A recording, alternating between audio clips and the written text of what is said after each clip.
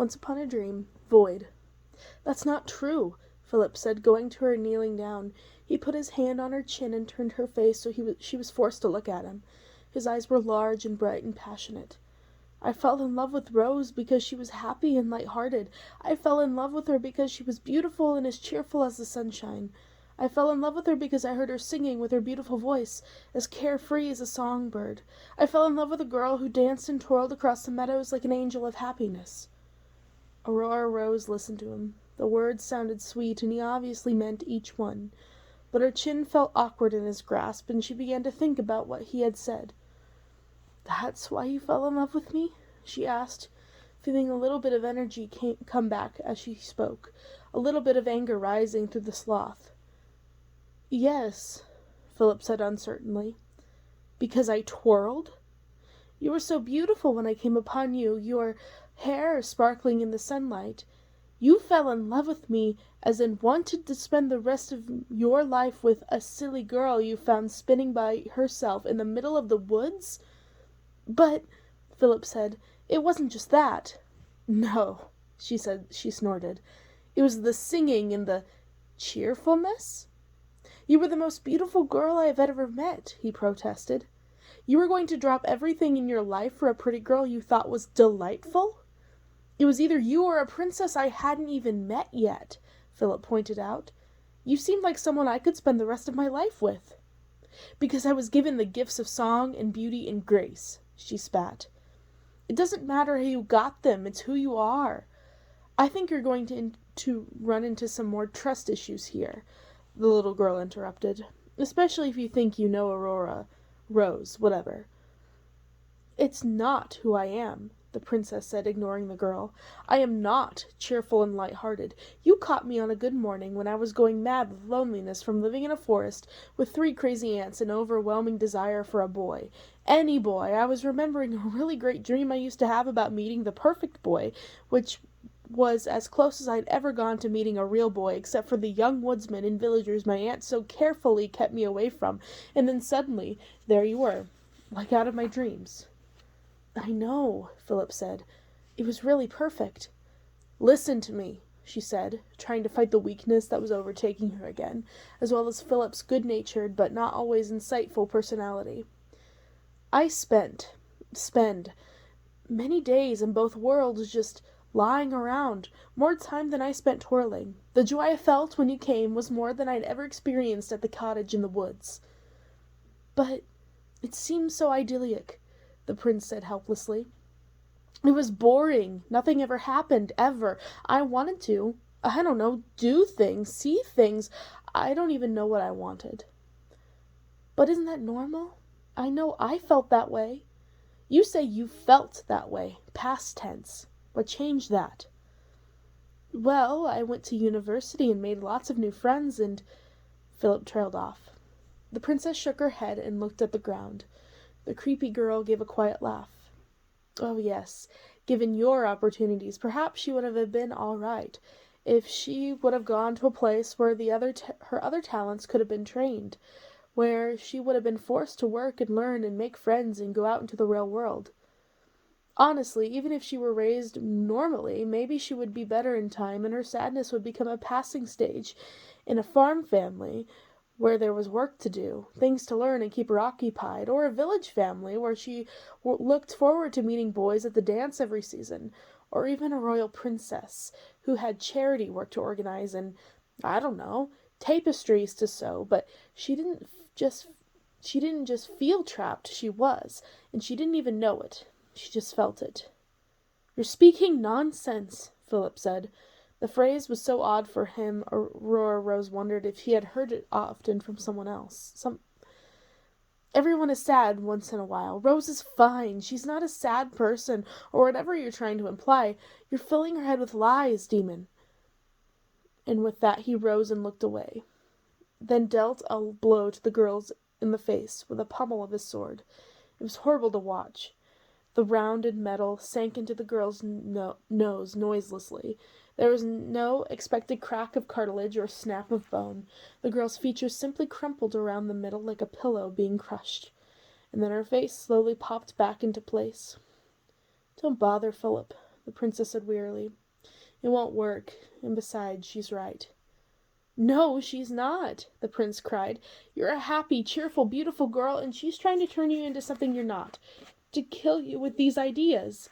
I pricked my own finger. Philip stared at her. Even the girl looked surprised.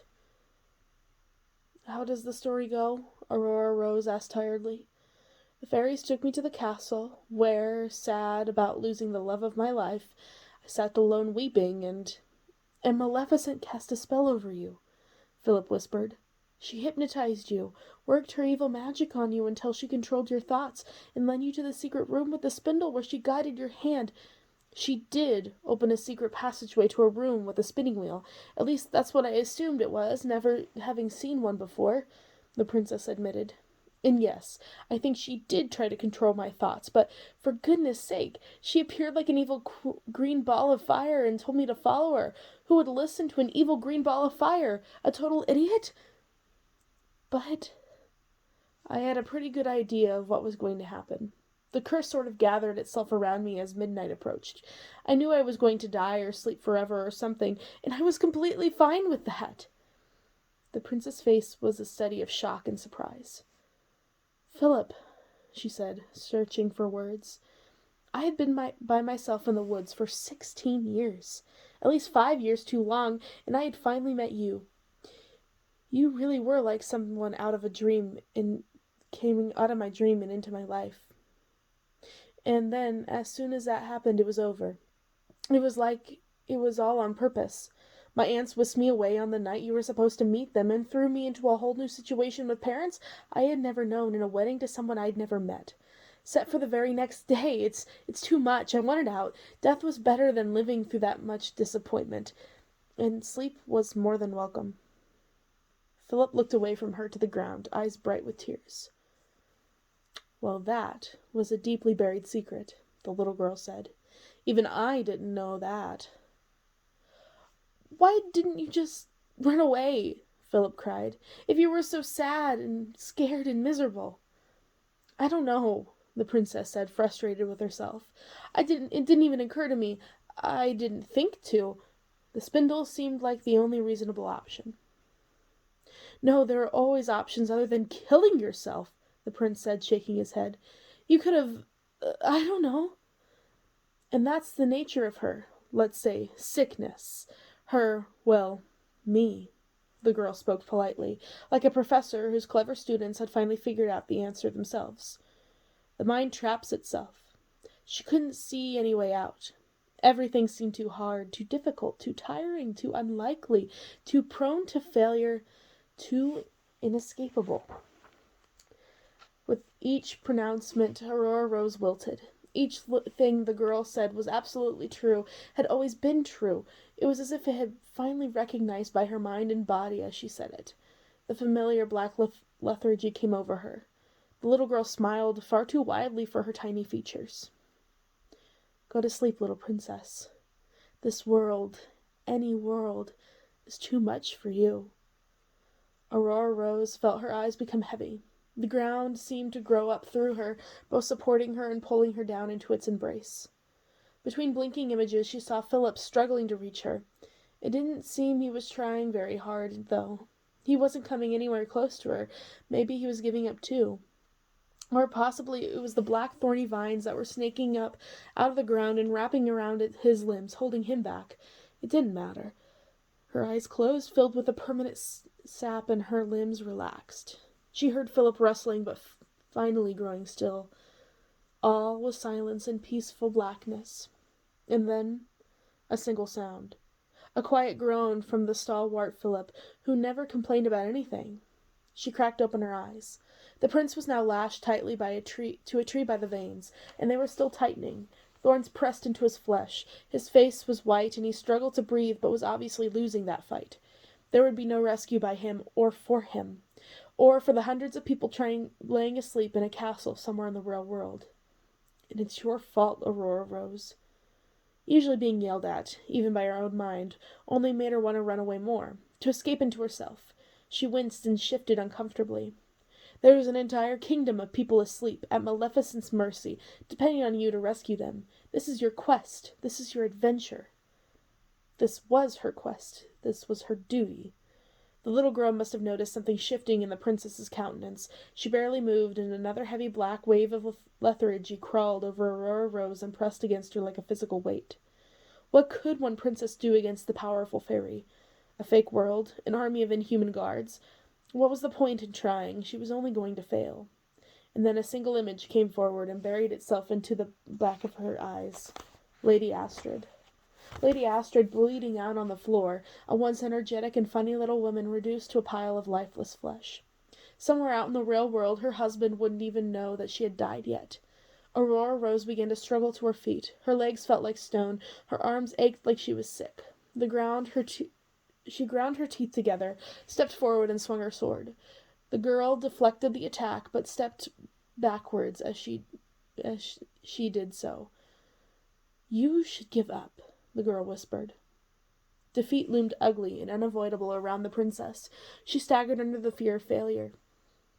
With a moan, she stabbed poorly as the girl again, trying to move, trying to continue to fight, trying to stay awake. The girl knocked her sword aside easily, and then she lunged. It didn't seem like a blunted wooden toy sword could do any damage.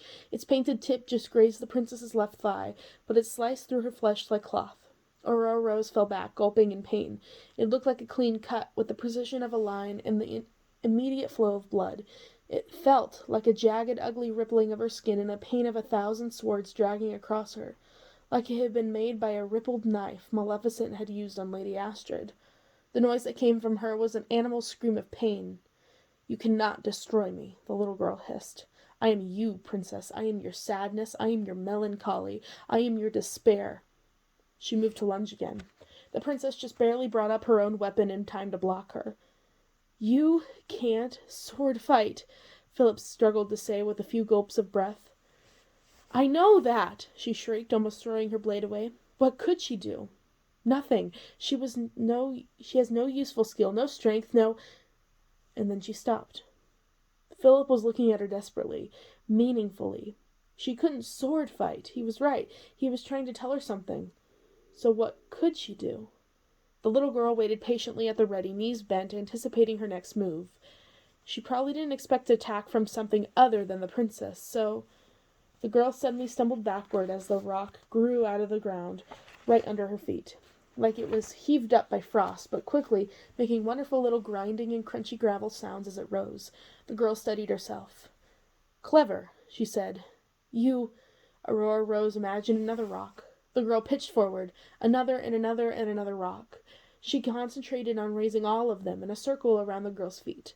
Her opponent fell forward and backward like a rag doll shaken by an angry child. As soon as she found her footing, the girl shot the princess a look and hissed a single word. "Disappointing." Immediately Aurora Rose sank under the weight of the meaning. The ground had rushed up to embrace her again, as she remembered all the people who found her utterly disappointing. Her aunts who asked her to do so little, returning home, seeing nothing was done, not even her own nook swept. She was still in bed, contemplating the clouds. Maleficent, humoring the princess, but obviously disgusted with her studies. The queen's patient with, but disinterest in, the balls, the dismissal of Aurora's desire to help. Aurora Rose. At her own inability to find an escape from marriage, she didn't want in a family she didn't love, resorting to death because it was easy. She closed her eyes, frowning as hard as she could, trying to force her pain into her head, trying to will some little bit of spirit and anger. She tried looking at Lady Astrid again, but this time felt only sadness. "Rose," Philip croaked, "you're going to end it all.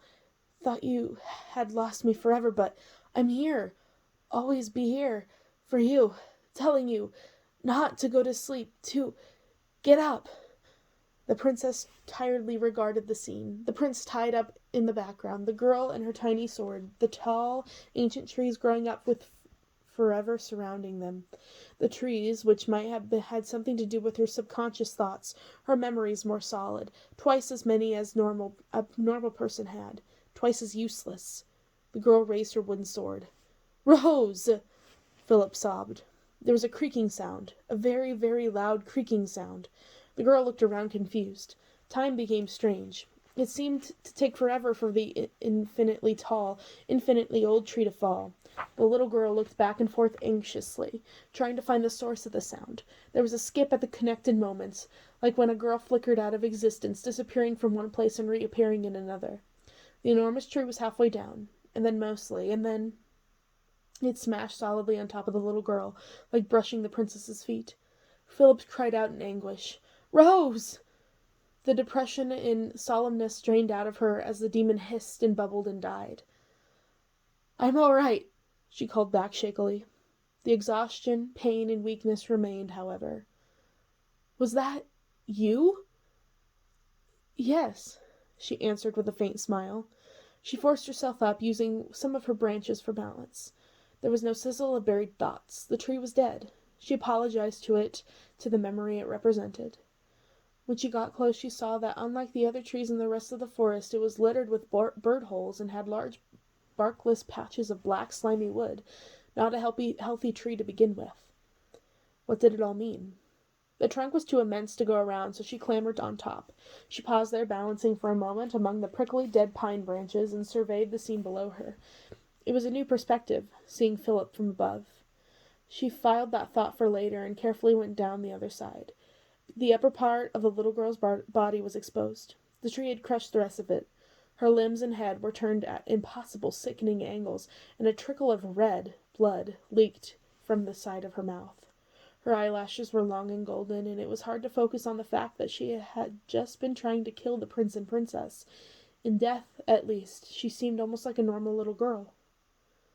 "Sorry?" the princess said, unsure of what it meant. The girl's eyes shot open. Violet irises focused on hers. "You haven't won, princess," she said with a voice that creaked. "Hear this, and let's see how you deal with it. Your parents are dead. Maleficent had just killed them."